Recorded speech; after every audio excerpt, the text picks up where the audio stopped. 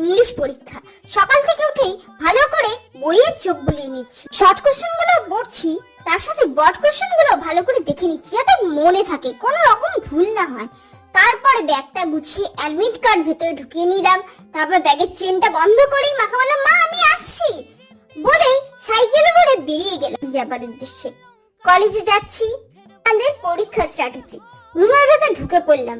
হলরুমটা বেশ বড়, খুব সুন্দর করে টেবিলগুলো সাজানো আছে, সমস্ত রোল নাম্বার সেট করা আছে। আমার রোল নাম্বারটা দেখে বসে পড়লাম। কিছুক্ষণ পরে ম্যাম এসে খাতা দিল। তারপরে কোশ্চেন পেপার পেয়ে আমি তো অবাক হলাম, এ তো আমার সবটাই জানা, আমি তো সবটাই পড়ে এসেছি, আমার তো সবটাই পারবো।